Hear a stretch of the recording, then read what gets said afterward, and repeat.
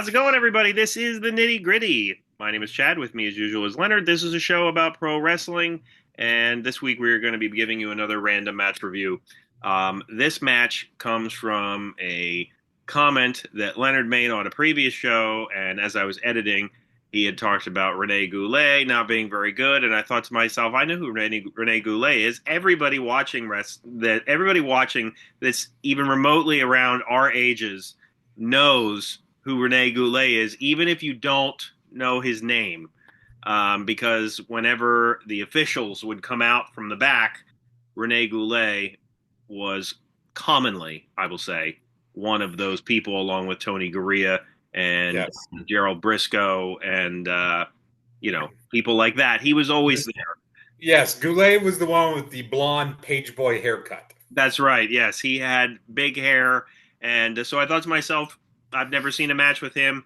Let me look up what some of his best matches are, and sure enough, Google/AI gave me a suggestion, and unfortunately, that specific match might not be available, but he was in a tag team with Karl Gotch, and the match we are going to be covering is Rene Goulet and Karl Gotch versus the Rugged Russians. So before I get to the background of these people, Leonard, had you ever heard of the Rugged Russians before? No, I knew that since this was your match, you were going to do all the research on it and enlighten me. But there were tons of bad guy Russians all throughout the 70s and 80s. So, I figured this was just some random dudes in masks. Well, these Rugged Russians, the character names, from what I've read, and there is very little information on these guys, the character names were Igor and Ivan. Igor was Juan Onandia, and Ivan was Pedro Hernan Godoy Lopez. Not exactly Russian, but they had a manager at one point, a name that I'm not going to attempt to pronounce. But yeah, these guys obviously didn't do many promos, if any ever.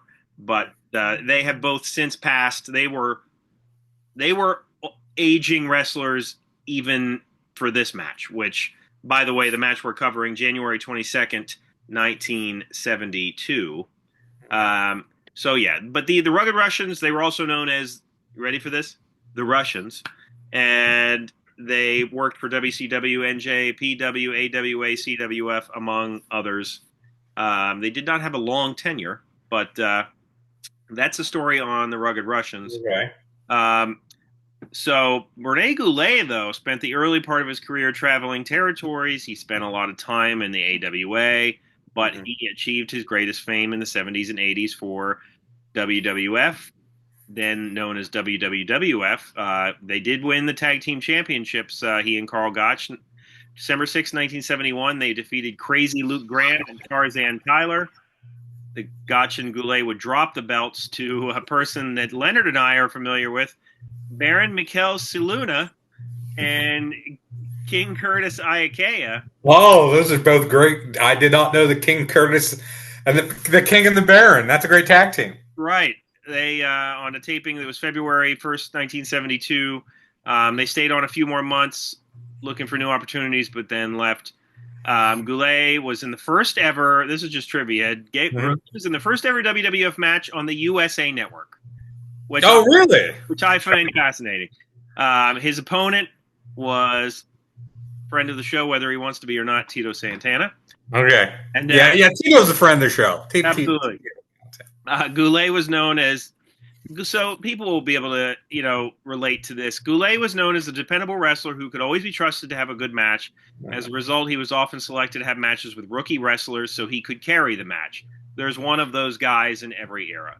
And the list of wrestlers who either had their first match or one of their first matches with Goulet were some of the names: Ric Flair, Chris Taylor, the Iron Sheik, Jim Brunzell, Greg Gagne, and Ken Patera. Okay. Interesting. Karl Gotch debuted in 1950, wrestling throughout Europe under the ring name Karl Krauser, and he won the German Heavyweight Championship and the European Championship. Karl Gotch, though, kind of hit a roadblock in 1962. He was involved in a backstage incident with the then NWA champion Nature Boy Buddy Rogers. Rogers turned out to be injured after this altercation. And so at that point, it kind of alienated Gotch from the rest of the American promoters. So he went looking for work in Japan. He wouldn't return to the States until the 70s when he had the brief run with WWF that we're talking about today. He was known as God in Japan and influenced the development of mixed martial arts through his students, including Antonio Inoki and many others, which I found interesting. He also had a legitimate fight with Muhammad Ali in 1976. So that's just a little bit of background on these guys, which is interesting. There's a lot of interesting stories out there. Yeah, I had heard of the name Karl Gotch. I knew that he was older at this point. From what you said, he was like a more than 20-year veteran at this point. So, but yeah, that's another guy. Like I knew the name, but I hadn't really, I don't think, ever seen anything. Yeah, and you know, the YouTube link for this match doesn't advertise it, but so the video is a little over 24 minutes long, and when I was watching it, like there was a pinfall, and I was like, oh wow, the match is over like really early, but this is a 2 out of 3 falls match. Yes, I did not know that either, and I actually had to rewind it. Right. When the fall happened to figure out what was going on. So did I, because it was very fast. Yes, yeah. So, yes, this is a 2 out of 3 falls match. So let's just get some of the play-by-play done here. It starts with Goulet and one of the Russians. There's chain wrestling. There's arm bar by Goulet, shoulder block, more arm drags, more arm drags. There's a lot of arm drags by Goulet. There's a crisscross, which I do not like in any era. Gotch tags in. He gets a full Nelson, an arm drag, an arm bar. They try a tag team combination move. Doesn't happen. The Russians accidentally punch each other a couple times. The Russians are on offense after an eye rake. They do some work in the turnbuckle. Goulet is tossed out. They then kind of beat on him as he's trying to get into the ring. Then Goulet does something interesting that even apparently fools the referee. He does a sneak attack from the other side of the ring. Yes. I love that. And he does a body slam. Gotch comes in and gets like sort of a standing neck crank or neck twist, whatever that is called. I'm sure it has a name. Gotch starts attacking both guys. He does a headbutt, a reverse kick. The Russian eventually reverses it on Gotch, does a headlock punch, some kicks, and then gets that sudden knee and a pin. So that's the first fall. The Russian gets a big knee and the pin. Goulet tries to save his partner, but too late. The second fall, there's a leg takedown. The Russian kind of complains to the referee. Karl Gotch's punches are really slow. Yeah, he punches weird. Yeah, like it's very. I guess it's more for the crowd in the arena than it is for people watching at home because it's he cocks it and then throws it, like you said, almost in slow motion. Like I actually kind of wondered if this was like, how silent movies kind of look sped up because of the frame rate. Like I actually kind of was wondering, is the frame rate weird here? But I don't think it is. Russian attacks and chokes Gotch while the ref is distracted. There's an elbow and some headbutts. The Russian gets moved out of the ring. There's some turnbuckle work.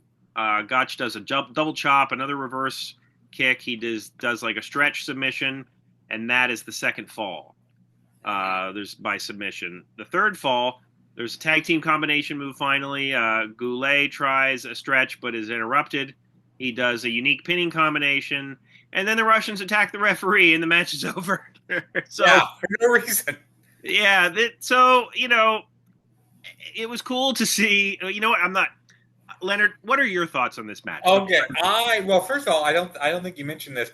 It should be mentioned. This is in color. It's on film. It's a stationary camera. With no commentary. Yep. No commentary. So that's important to note. I thought I was going to be really bored by this, but there were actually some spots I liked.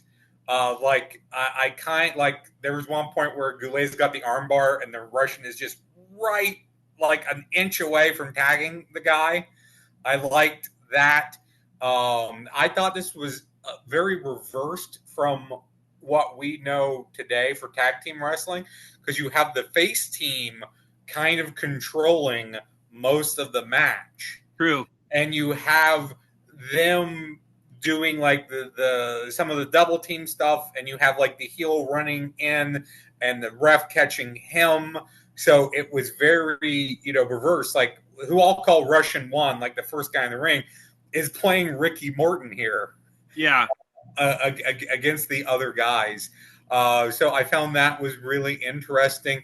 And it's really only about halfway through this whole video that they actually kind of start to get a little offense in.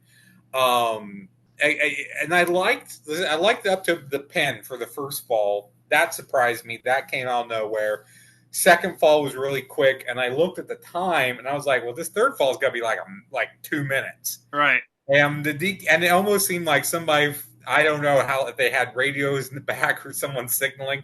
Back this far, it might have been a signal, but it almost felt like, "Oh, you guys went too long, cut it now," and they just did that, because that really came out of nowhere.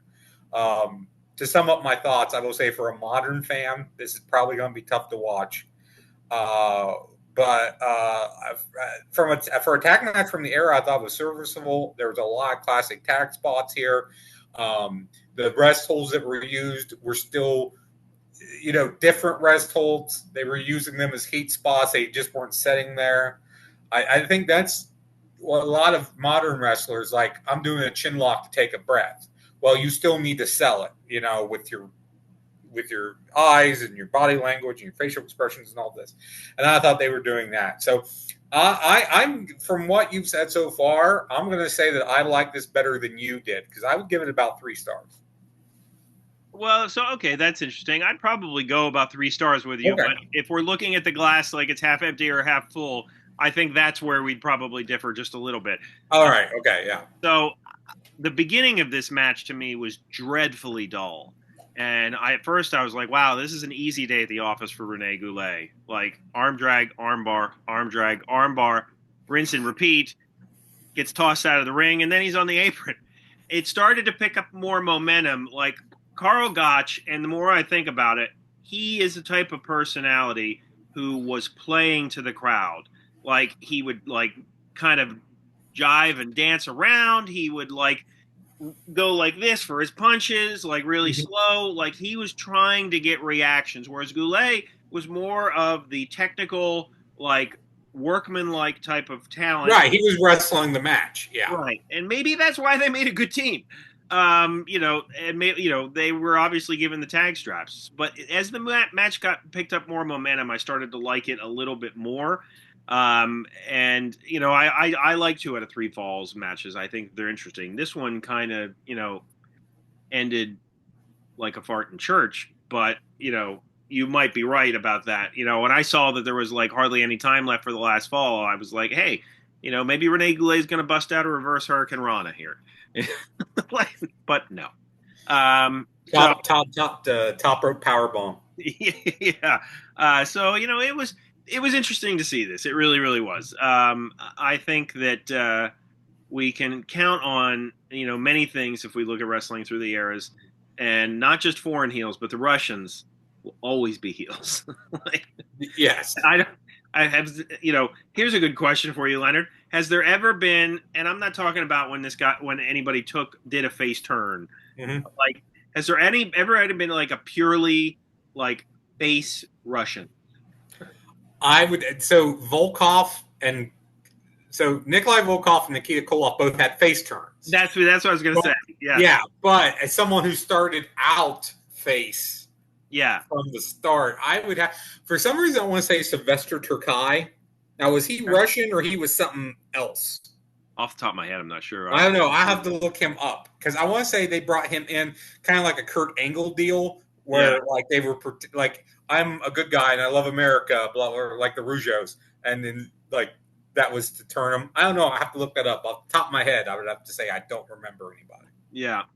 So this was it was an interesting match to watch. It really was. It would have helped with some commentary, but it is what it is. I'm glad that we have this. at all. So yeah, I'll go 3 stars. Leonard and I are in agreement. Maybe not on whether or not we'd recommend it necessarily, but it's worth a watch if you like classic wrestling. So All right. let us know if you have any memories of this tag team or this era in the comments. Please check out our other episodes, our full-length episodes, Segment Surgery, What's That Card, all of our videos. We are also available wherever you listen to podcasts. Or Leonard, my name is Chad. Hold on. Oh, yep, we got to do that first. That's what. Yes. You were wrapping up right as I was grabbing it. So, For those of you who may not have seen this before, for YouTube, I'm showing you the lid. I picked up at a thrift store a while back the World Wrestling Federation Attitude Review Game, 3rd edition, with new photos and questions. And we've been doing a few of these at the end of the episodes. So there's 5 questions on the card. 1 and 2 are easier and usually have multiple choice. So we've been doing 3, 4, 5. I think you can get these. I think you will know these as I took a quick look here. Who was Kate Quick's first tag team partner in the Federation? And do you remember who Kate Quick is? Is that Ron Killings? Yes. Was it The Miz? No. This was back when he was Kate Quick. I honestly don't remember. Road Dogg. Oh, okay. Yeah, I would not have gotten that. Yeah, that one I knew. Who is the manager of TNA? Trish? Yes, Trish Stratus is correct. TNA being Test and Albert. Which diva has been involved with Perry Saturn? That would have been Melina. No, it's Terry not Melina. Terry Reynolds. Terry Reynolds, yes, it's Terry Reynolds. Melina would have been past this. I didn't think about that. So, Celebrity of the Week is Deborah. Okay. Now, here's my card. WrestleMania 3 broke the indoor attendance record set by what rock group? I'm going to say The Who. I'm not going to go with the Beatles. I'm going to go with The Who. Who faced Nikolai Volkov in a boot camp match at WrestleMania 2? That was Corporal Kirshner, because I just watched 2 not too long ago. Mm-hmm. Who was King Kong Bundy's first manager in the Federation? That was Jimmy Hart. And then Bobby Heenan picked him up later, because at WrestleMania 1, Jimmy Hart's in his corner. So, the Rolling Stones was the band. That, you know what? I that probably would have been my guess. I was in the ballpark. Yeah. And then it was Kirshner and it was Jimmy Hart. So I got 2 or 3 on that card. All right. Well, we both got 2 out of 3 then. Mm-hmm. All right. Well, thank you for checking out our episode. Let us know what you thought. Check out our other videos as well. And if you want to listen to us, we can be found on pretty much all the big podcast platforms. So for Leonard, my name is Chad, and we will see you next time.